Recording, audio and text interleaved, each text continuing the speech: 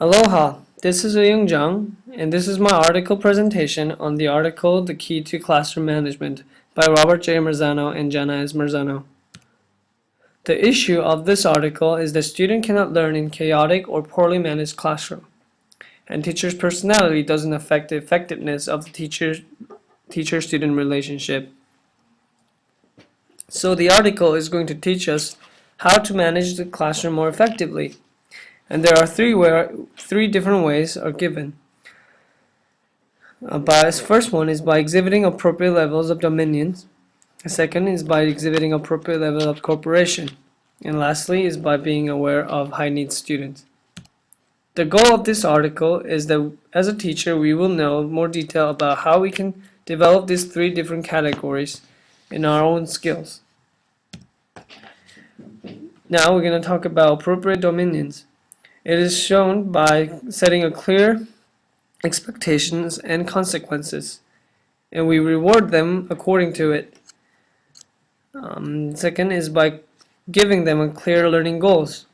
It is good to use rubrics, which is a map for a student what they need to do on their specific assignments and that they can follow. And then third is by exhibiting assertive behavior, a use of body language or tone of voice. And it is important to not ignore any inappropriate behaviors of the student or be diverted by a student. Now we're going to talk about having appropriate cooperation. It is shown by having a flexible learning goals. It gives students the opportunity to choose or set their own goals and help them to prepare those goals to be achieved. And we show them our personal interests. We take time to show our interest outside of the classroom settings, and we can be aware of their special events in their lives, and we also can greet each of them by name.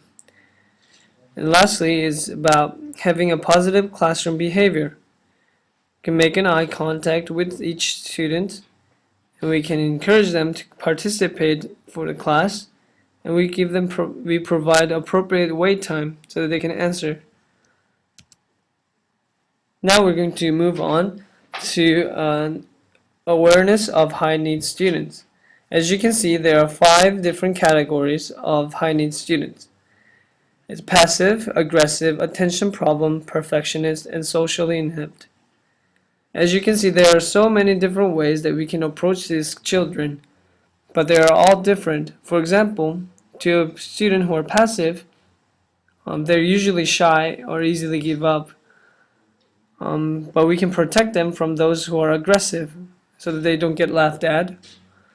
And we can also help them to have a positive mind for themselves.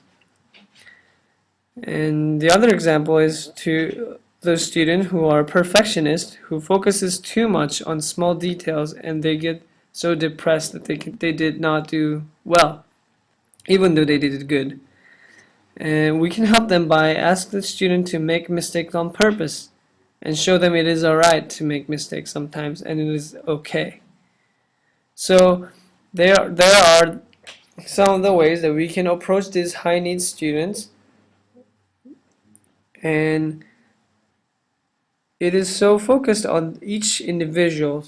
It is not just one big chunk that we just throw at all the people, all the students, I mean. As a teacher, we don't leave our relationship between student to chance, because as a teacher we can influence them so much better as we use the different strategies which was given from this presentation. I really enjoyed the article.